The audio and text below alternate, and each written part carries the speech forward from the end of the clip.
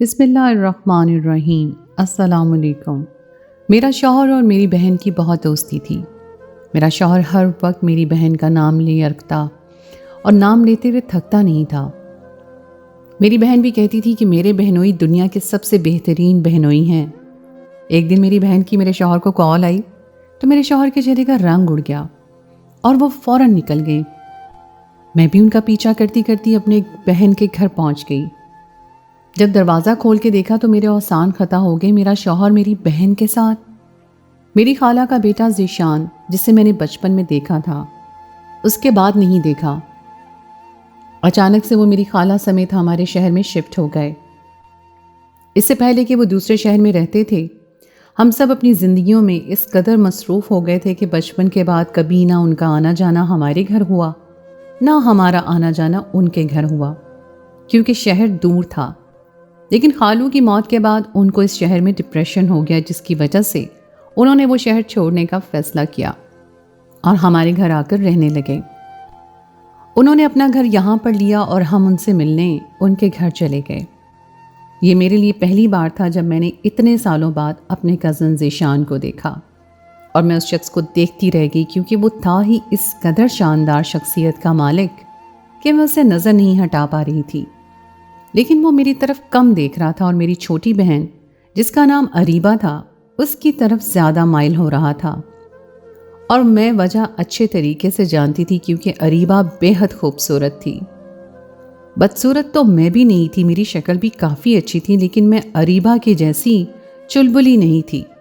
میری طبیعت سنجیدہ قسم کی تھی۔ اس کے برعکس اریبہ بہت زیادہ بولتی تھی، خوش مزاج لڑکی تھی، ہر وقت ہنستی رہتی تھی، اور میرا مزاج تھوڑا سا الگ تھا۔ ذیشان نے یہاں پر اپنا بزنس شروع کیا اور میں پہلے سے جاب کر رہی تھی۔ اریبہ مجھ سے 2 سال چھوٹی تھی۔ گھر واپس آ کر میری امی نے کہا کہ ذیشان بہت اچھا لڑکا ہے، اب وہ اپنے پاؤں پر کھڑا ہو گیا ہے، کتنا اچھا ہو جو تمہارا رشتہ اس کے ساتھ ہو جائے۔ امی کی بات سن کر میں نے کہا، امی آپ کی بات تو بالکل ٹھیک ہے، لیکن مجھے نہیں لگتا کہ ذیشان مجھ سے شادی کرے گا، کیونکہ آج میں نے دیکھ لیا کہ اس کا جھکاؤ مجھ سے زیادہ اریبہ کی طرف تھا۔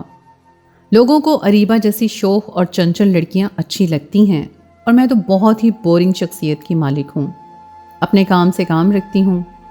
لیکن جب ذیشان کو پتہ چلا کہ میں بہت ہی بڑی کمپنی میں جاب کر رہی ہوں تو وہ بہت متاثر ہوا اور فوراً سے میری طرف مکمل طور پر متوجہ ہو گیا۔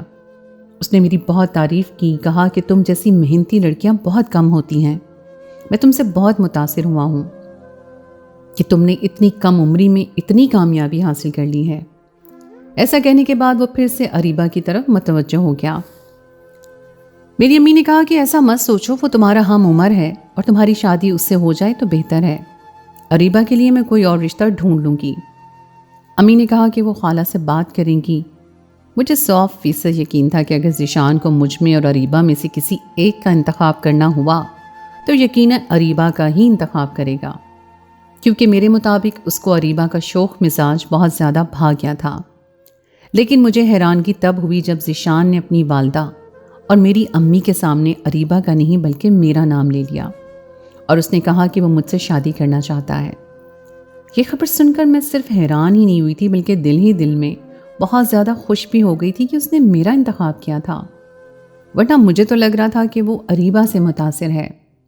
لیکن وہ میری خام خیالی تھی، وہ حقیقی معنوں میں مجھ سے متاثر ہو گیا تھا، میری کامیابی سے متاثر تھا۔ اریبہ کی تو صرف اسے باتیں اچھی لگ رہی تھیں۔ ہمارے ساتھ چٹ منگنی پٹ بیاہ والا معاملہ ہو گیا۔ امی اور خالہ دونوں بہنیں تھیں، بیچ میں کوئی رکاوٹ نہیں تھی۔ امی اور خالہ نے کہا کہ جتنی جلدی یہ نیک کام ہو جائے اتنا ہی اچھا ہے، اور 1 مہینے کے اندر اندر میں ذیشان کی دلہن بن کر اس کے گھر میں آ گئی۔ لیکن میں نے محسوس کیا کہ اریبہ کا موڈ کچھ ٹھیک نہیں تھا۔ اس کی اداسی کو دیکھ کر میرے دل کو کچھ ہوا، شاید وہ بھی ذیشان کے سپنے دیکھنے لگی تھی۔ اگر مجھے پتا ہوتا کہ میری بہن کو اس میں دلچسپی ہے تو میں انکار کر دیتی، لیکن اب تو بہت دیر ہو چکی تھی۔ میں نے شادی میں دیکھا کہ اریبہ دور کھڑی ہوئی ہے اور ذیشان اس کے ساتھ کھڑا ہے، اور ایسا محسوس ہو رہا تھا کہ اریبہ ناراض سی تھی اور ذیشان اسے منانے کی کوشش کر رہا ہے۔ مجھے ایسا لگا کہ جوتا چھپائی کی رسم کے پیسے شاید اسے کم ملے ہیں، جس کی وجہ سے وہ ناراض ہے۔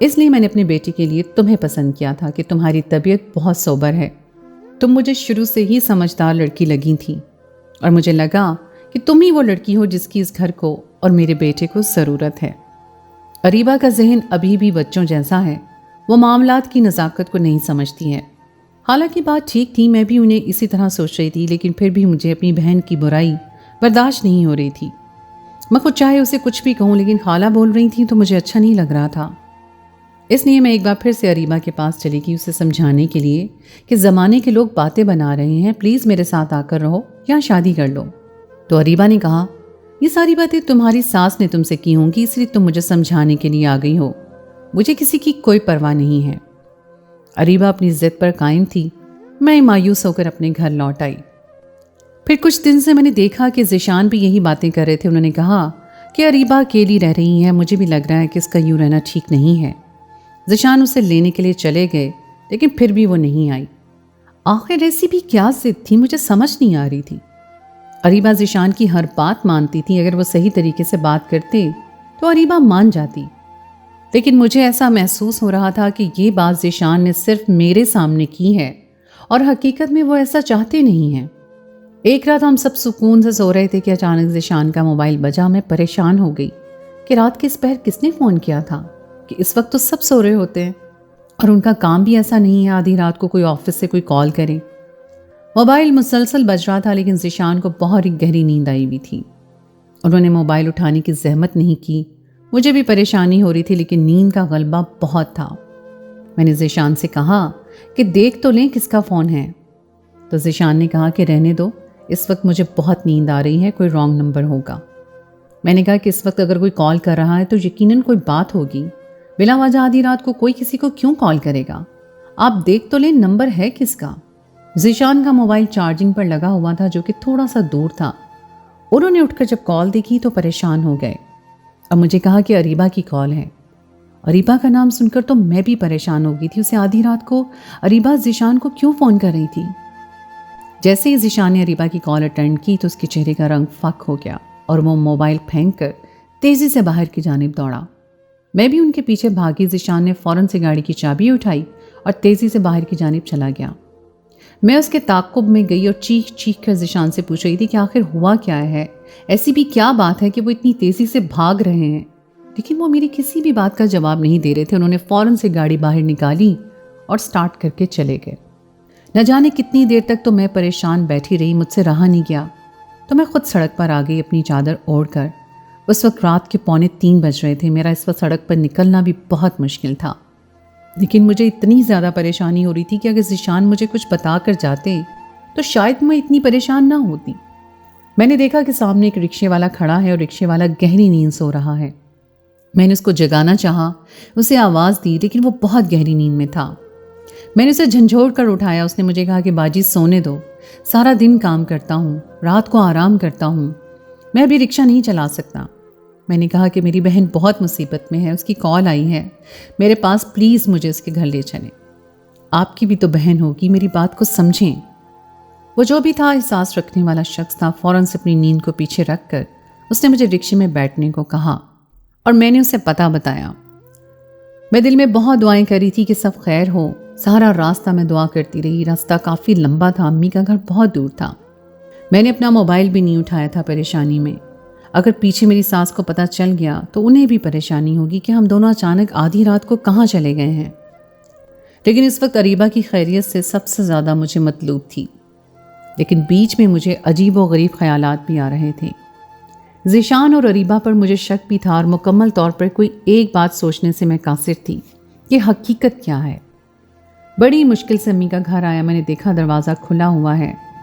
میں بھاگتی ہوئی اس کے اندر داخل ہوئی اور اندر کا منظر دیکھ کر میرے پیروں تلے سے زمین نکل گئی.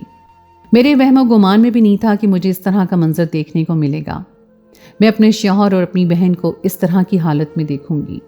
ان دونوں کو اس حالت میں دیکھ کر تو مجھے میری آنکھوں کے سامنے اندھیرا چھاتا ہوا محسوس ہو رہا تھا. اریبہ اور ذیشان نیچے فرش پر بیٹھے ہوئے تھے اور اریبہ ذیشان سے لپٹ کر رو رہی تھی. یہ منظر میری برداشت سے باہر تھا. میں فوراً سے آگے بڑھی اور ان دونوں کو الگ کرتے ہوئے غصے سے بولی کہ آپ دونوں کو شرم آنی چاہیے ایسا کام کرتے ہوئے. شک تو مجھے آپ دونوں پر پہلے سے ہی تھا. اب یقین ہو گیا ہے کہ آپ دونوں کا آپس میں کوئی ناجائز تعلق ہے۔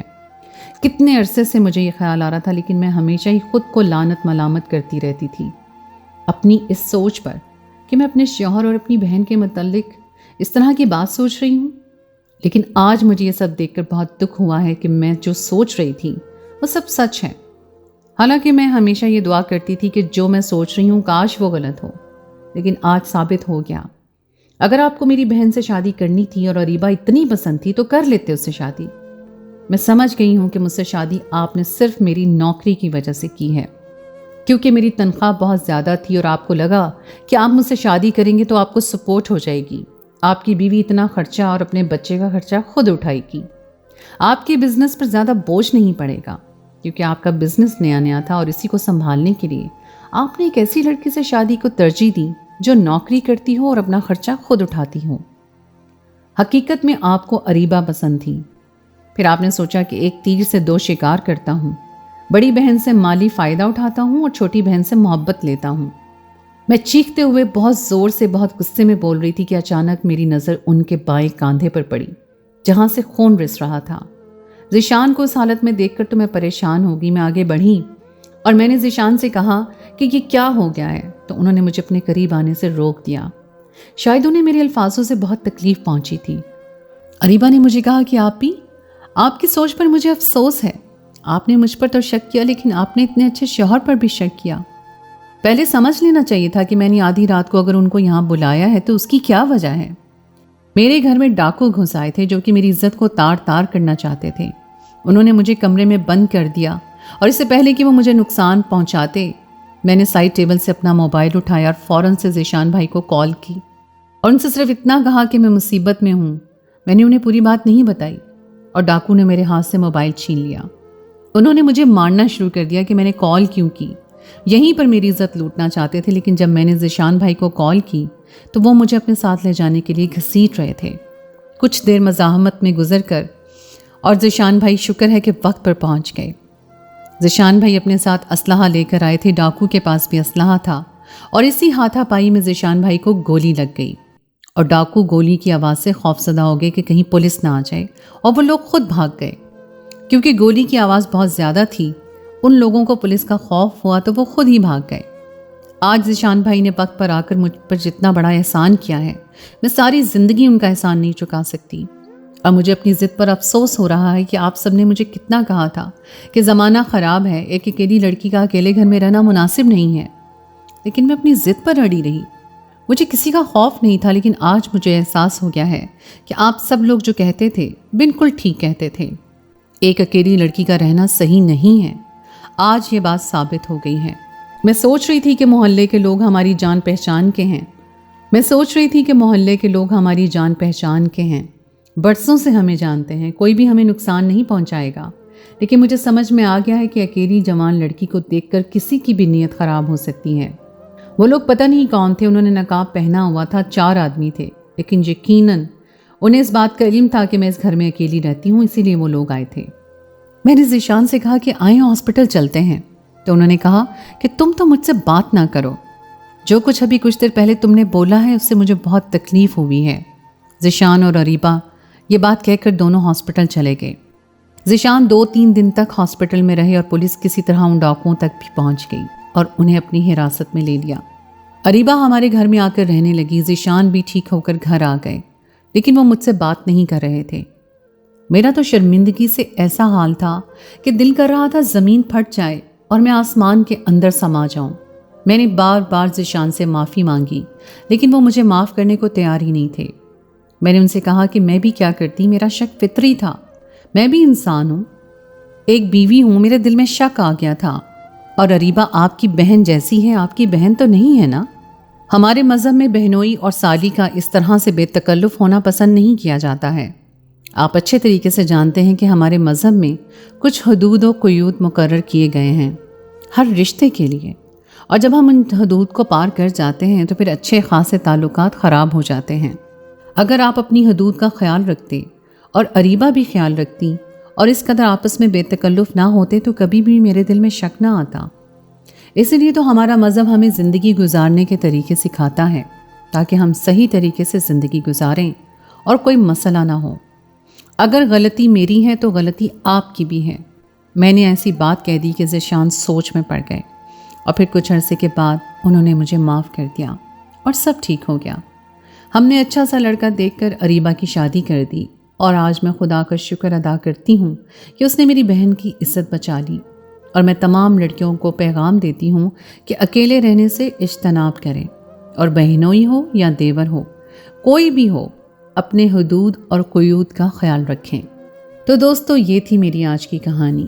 امید ہے آپ کو آج کی کہانی پسند آئی ہوگی۔ کہانی اچھی لگے تو اسے لائک ضرور کیجیے، اپنے دوستوں کے ساتھ شیئر کیجیے، اور اگر آپ نے ابھی تک میرے چینل کو سبسکرائب نہیں کیا تو اس کو فوراً کر لیجیے۔ ساتھ ہی لگے بیل کے بٹن کو پریس کر دیں تاکہ آپ کو میری آئندہ آنے والی کہانی کا نوٹیفیکیشن بر وقت مل سکے۔ اگلی کہانی تک کے لیے دیجیے اجازت۔ خدائے پیمان۔